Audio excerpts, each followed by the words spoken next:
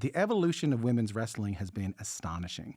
Today, the women's division is on equal, often higher footing than the men's, and the revolutionary wrestler who was one of the catalysts for that change is my guest today. She is Calgary, Alberta's own Nattie Neidhart, or as some wrestling fans know her, two-time Women's World Championship. Natalya!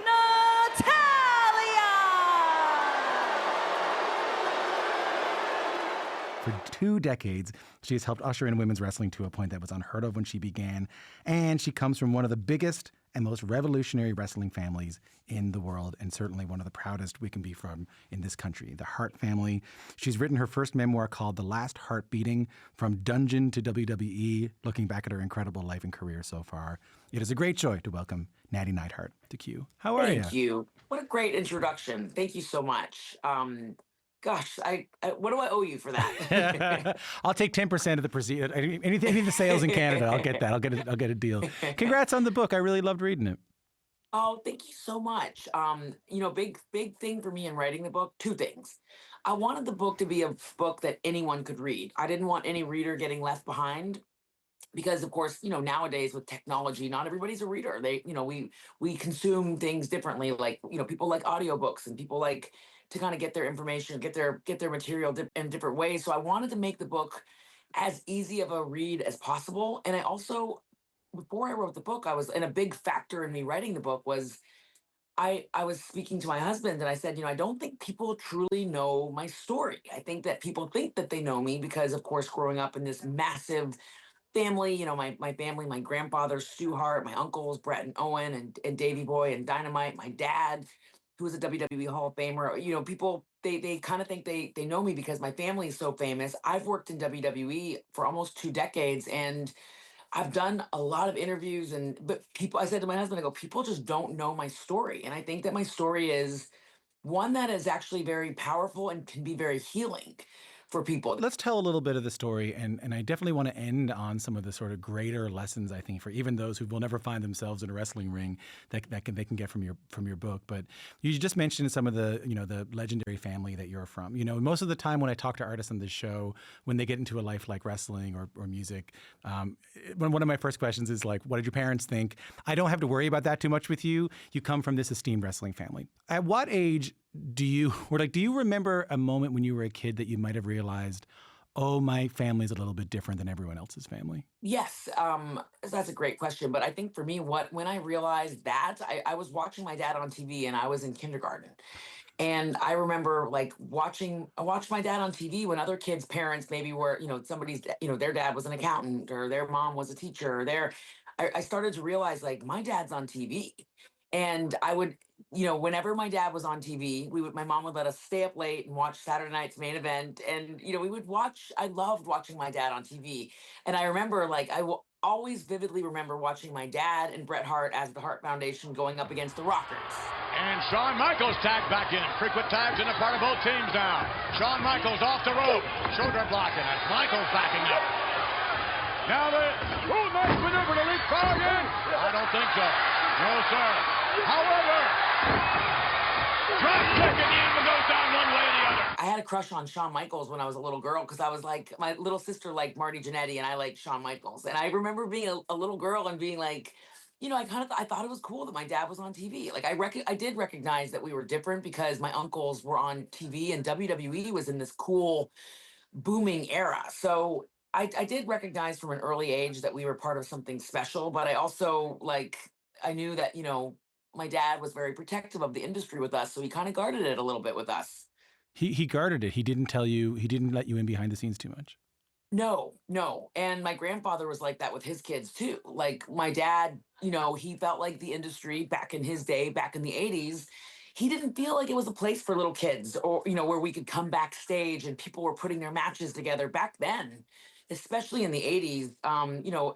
The industry was very protected. My dad didn't want me to see him going over matches with Shawn Michaels. And, I didn't know that wrestling was scripted until I was, maybe 8 or 9. My dad was very, very protective, maybe even 10. Wow. My dad he was protective of the industry. He also, he didn't feel like Nowadays, everybody brings their kids backstage. Jey Uso's kids in the front row, but back then, my dad just, he felt like for little girls, he's like, it's a very, private world. And back then, we didn't have, the industry was just Yeah. different. There, So there weren't the same forums. There wasn't the same sort of Reddit discussion of everything. yeah, Yeah, yeah. it was just different. But my dad, he always tried to protect his daughters in a way that, he just wanted us to live a very sheltered life. But as I grew older, I did become more intrigued with the industry. I became more intrigued with what my dad was doing, and I feel like I did from a very early age. I was more fascinated with the business and with wrestling than my sisters were, for sure. Because it would have been understandable and maybe even like, I don't know, yeah, at least understandable if you wanted nothing to do with it. You write in the book about how your dad was away a lot because of wrestling, and you talk about you even it was not easy on the family with him being gone all the time. There are a lot of moments in the book where I'm reading and going like, well, I'm just waiting for her to find out why she wanted to get into wrestling in the first place. You do tell the story really well. I wonder if you could talk a little bit about that, about the moment you decided that, no, I want to step into the ring too. Well, it's funny because growing up, my there wasn't a day that we weren't talking about wrestling or thinking about wrestling or watching wrestling or hearing my dad talk about wrestling or hearing my family talk about wrestling or hearing my grandfather talk about wrestling or my uncles talk about wrestling. So it was always the background noise, if that makes sense. And we'd always have the sound. Like I remember the soundtracks of my childhood, where it's like Gene Okerlund's voice or Bobby the Brain Heenan or Gorilla Monsoon or even Jim Ross. Like those were the voices in the background of like the narration of like my childhood, because we always had wrestling on TV. We were always watching either my dad or my uncles. We were always like, we were fascinated by it. And of course I think, like, again, when you're a little kid growing up, like my dad would have over, it wasn't unusual for us to have Macho Man or Miss Elizabeth or Brutus Beefcake or Hawk and Animal and Iron Sheik. All these people would come over to our house. Hulk Hogan, like, they were like my dad's close friends. So they would come over to our house and like, I remember as a little girl seeing Miss Elizabeth in our living room, and she was so pretty. She was just as pretty as she was on TV. And I just was so fascinated by it. Like, I was so fascinated by just the energy that they brought. Like I knew as a little girl she was famous and special, but I was like, I want to be like her. So it's just Yeah. being around those figures and those characters. I think subconsciously instilled something in me that like they were doing something special and they were part of a world that was special, that was very like not everybody and not just anybody could be a part of that world. You had to be special to be a part of that world. What when you talk at the beginning about how you think people think they know your story, but this was an opportunity for you to tell your own story. You're absolutely right, because I would have thought, and I'll admit to you, that it would have been easier for you. Like you come from a very, very famous, well-respected, maybe the most famous wrestling family. And I would have assumed that it would have been a steady road of yeses leading to the WWE. But it's very clear from the book very early on that that's not the case. It sometimes feels like your last name and your lineage worked against you. It did. And I said this the other day to my husband in my kitchen. I said, sometimes I just like when I look back on it, I'm grateful for the journey because I had to work so hard to get to where I'm at now. So it's all worth it. But when I was first breaking out into first trying to get signed by WWE and trying to get to that next level, I would have given anything if Bret could have just picked up the phone and made a phone call to someone and said, hey, like, help me out, and help me and TJ kind of have it like a little easier getting in. I think that the journey was so great that we had to work so hard for it because it makes for a great story. It makes for a great book. But why didn't it? But why didn't your name help you? It didn't, because my family had there was many situations where there was turmoil with my family and WWE. So when I was trying to get hired by WWE, Bret wasn't at the time. He and WWE still had conflict. So when you look at my family, it wasn't the easiest road. There was conflict with after my uncle passed away, and which was one of the most tragic things that's ever happened to it is the most tragic thing that's ever happened to our family, and the worst thing that's ever happened to our family. But there was a lot of conflict after that. So, and it's been talked about, written about, with Owen's wife, with WWE, with our family. It was just like, it was such a traumatic situation that we just, it was hard. It was very hard. So there was tension and turmoil with WWE and our family because of Right. that. And it was just, again, it's such a complex situation. But then Bret, had the very infamous situation with Vince, the Montreal screw job. Yeah. So after that, Bret it hurt him so deeply, and it wasn't as easy as someone picking up a phone and making a call. But here's the thing: take the family totally out of it. I'm just gonna be blunt. I just wasn't what they were looking for, Yeah. and I think I feel strongly about that. Like during that time, you have to understand that like they were, they were in a certain time in the company where when they were looking at women, they wanted women that were models or dancers or like I was a little overweight. I was a little rough around the edges. I'm a recovering tomboy.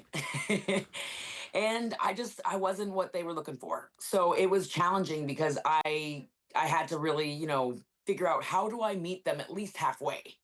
I mean, you bring up an interesting point there because you're right, and I hinted at that in the introduction. That like when I was watching that Money in the Bank match last year, it did feel impossible as someone who was watching wrestling since the early '90s. It did feel not impossible, but it felt like it never would have happened. And the book, while your story, while tracing the very recent history of the changes in women's wrestling was really interesting to me. Like you write in the book about having to do things like best body contests and like diva dance-offs. I guess, how did you find that? I mean, you wanted to wrestle and you were put in these situations. I mean, you have to do whatever it takes. And so that at the time where the company was at that time, that's kind of what they were doing. The women's wrestling wasn't as prevalent back then. Yeah. So there was, and for me, I didn't know how to dance. I was a terrible dancer and still am. But you were also not there to dance. You were a wrestler. Like you're a great wrestler. You know what I mean? But back then they weren't. Their focus was more on the women, sort of being just. The women were like the cherry on the dessert, and so I wanted, of course, I wanted to be the dessert. I wanted to be the whole steak dinner.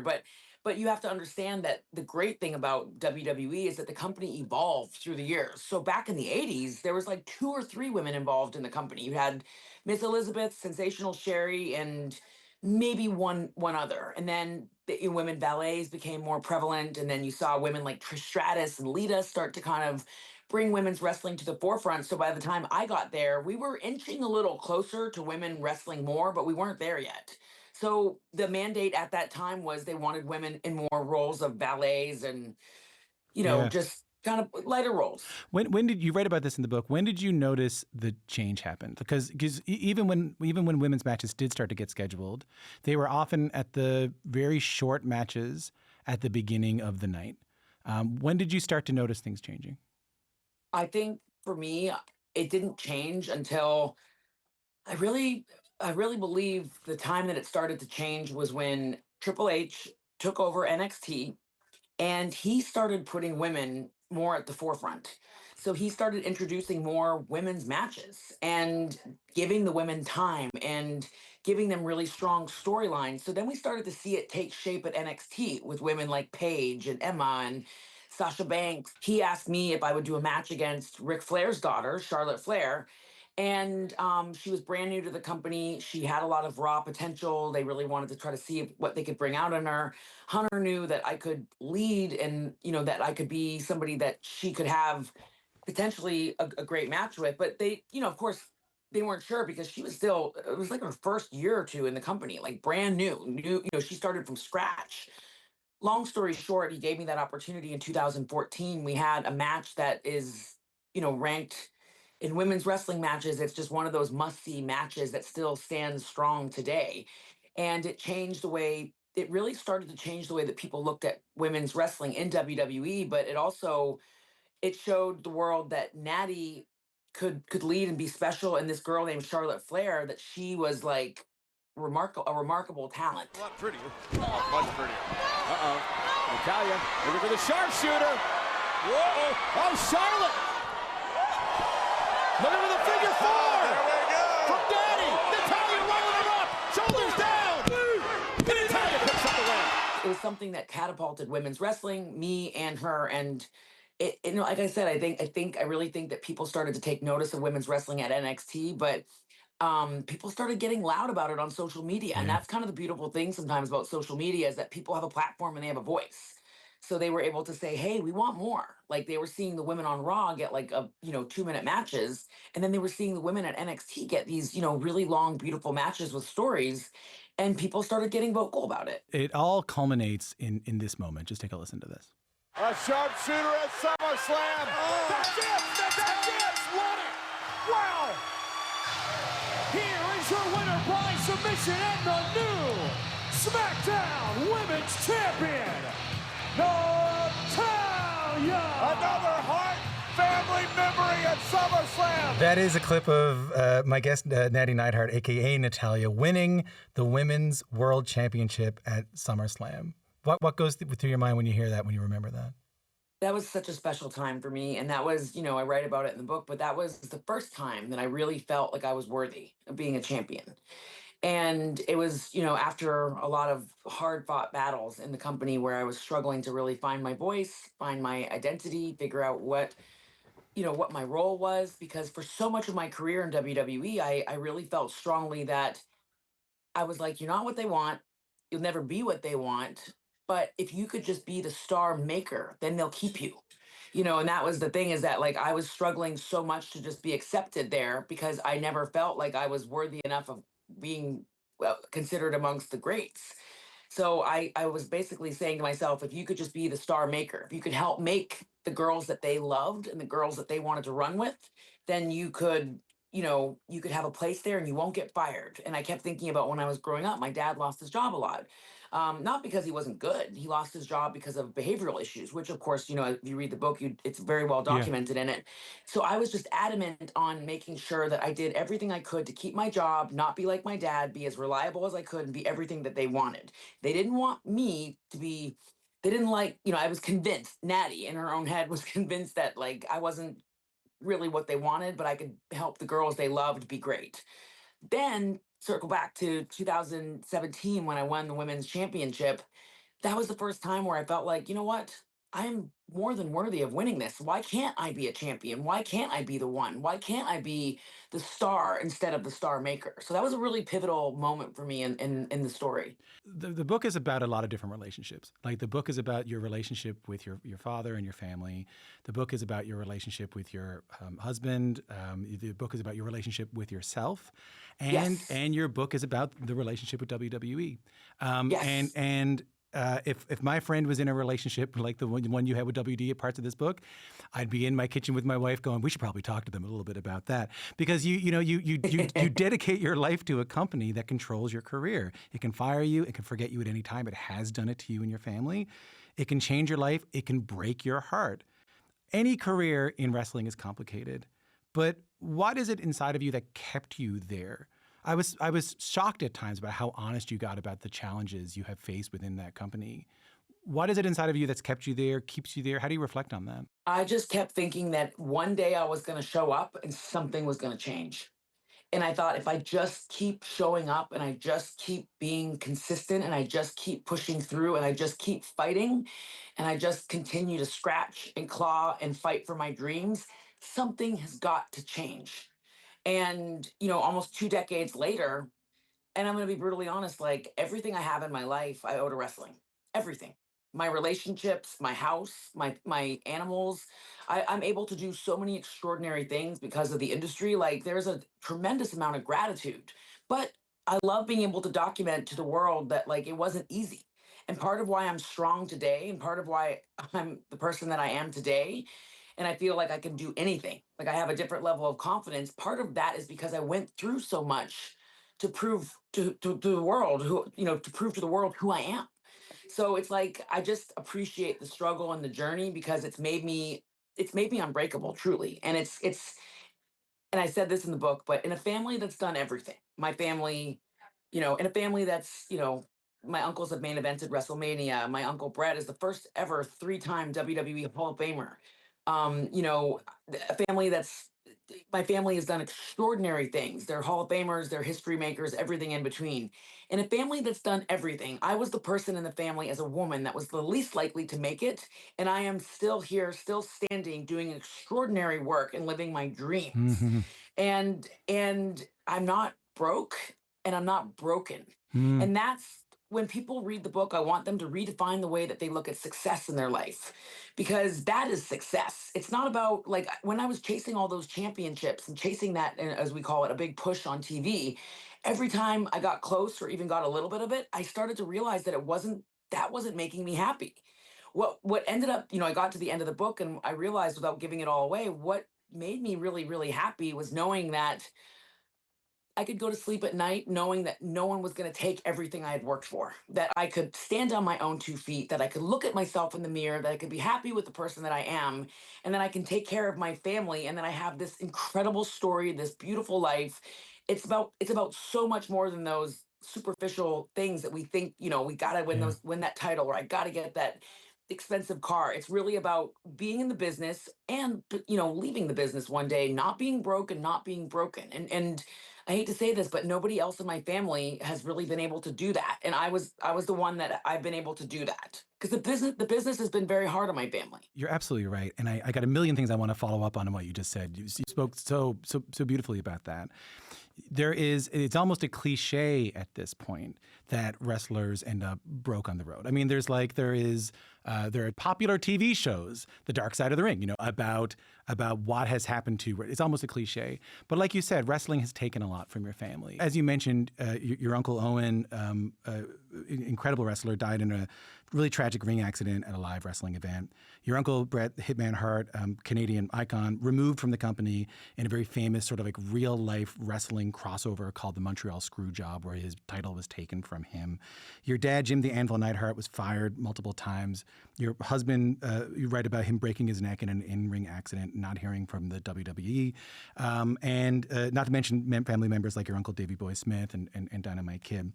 I asked your uncle this when he came on, and I'd love to hear your answer. Is that wrestling has given you so much, and it has also taken away so much. And how do you reconcile that? I take the good with the bad. It's wrestling is just like life. There's so many great things that have happened in my life, and there's so many tough things that have happened in my life, but I take the good with the bad. I wouldn't trade any of it, for an easy life, because I feel like it's just made me a very strong, tough person. But, there's highs and lows, and I try to take it now. I really tell people when they want to get into the industry, or they're struggling, or they are in the industry and they're struggling, take it one day at a time. There's only so much that we can control, but we can control how we act and react to the stuff we can't control. So, your work ethic, how you treat people, your integrity, stuff like that is so important. And that was really instilled in me from my grandfather. My grandfather, Stu Hart, grew up as a homeless kid living in Saskatchewan, sleeping in a tent with dogs to keep him warm. And my grandfather, he started wrestling not because he wanted to wrestle. My grandfather started to wrestle because he was homeless. He didn't have a way to stay warm in the Saskatchewan winters. So he found a YMCA down the street and he took up wrestling as a place to stay warm. Essentially, wrestling saved my grandfather's life. So he spent the rest of his life trying to find a way to give back. And he built a legacy on training people in, of course, the infamous dungeon, and teaching people everything he knew about surviving. And so he has that, I call it that Stu Hart grit. You go through a lot of shit and you're grateful for it because it makes you tough. You know what I mean? Absolutely, I do. It's really amazing to hear you talk a little bit about how, what did you say? Like, I get to lie in bed at night, not broke and not broken. And like I said, the other relationship you talk about a lot in this book is a relationship with your dad. Your dad, the legendary Jim the Anvil Neidhart. Can you just tell us a little bit about what he was like outside of the ring for those of us who would just know him as, the Anvil in the ring? When I think about my dad, the good times, I think of him like John Candy. Like, he reminds me so much of John Candy. If you ever watch that movie, Planes, Trains, and Automobiles, like, he's just very loving and fun. And like, he had that kind of Chris Farley type, like, personality, where he was just, when he was good, he was great. He was fun. He was wonderful. He was amazing. But that's why I choose in the book to share the story that my dad had with his struggles, with the demons that he battled, because my dad was going through something very much out of his control. And I wanted the reader to understand why, when we dive deeper into the book, why my dad was making some bad choices. Because if you don't know what he was going through with his health issues, you would just go, wow, he's like a bad parent, or he's not a good person. And so early on, I wanted the reader to know and understand that my dad was going through a very serious, like, he was going through he had a traumatic brain injury. Something you only found out afterwards, right? Yes, so we found out that my dad had a very serious brain injury after he died. But I struggled in writing the book. I struggled in sharing that because I was like, oh, this is one of our deepest secrets as a family, and I always wanted to protect my dad by never sharing it. But then I realized that so many other people could be going through this same thing, and I needed to be able to unlock unlock it unlock my dad's behavior of growing up and the way he acted and the choices that he made, which a lot of them weren't good. And I needed to be able to have closure with that. That was a big part of the story. Was like, my dad was doing the best that he could with the resources and tools that he had. He was just in survival mode for most of his adult life. Yeah. And so when I found out after my dad died, like, oh, he was struggling with this very serious brain injury that he probably had since his early Yeah, teens. as a football player, probably, right? Yes, he was a nose guard. He played defensive tackle. And back when my dad was a teen, my dad talks about it. They weren't always playing with helmets, and they played hard. And so, my family, my dad, his mom, they loved that my dad loved sports, but back then they didn't have all the knowledge and information that, hey, if you play rough and you get your bell rung, you don't go back out on the field and keep playing. Back then, my dad didn't know that.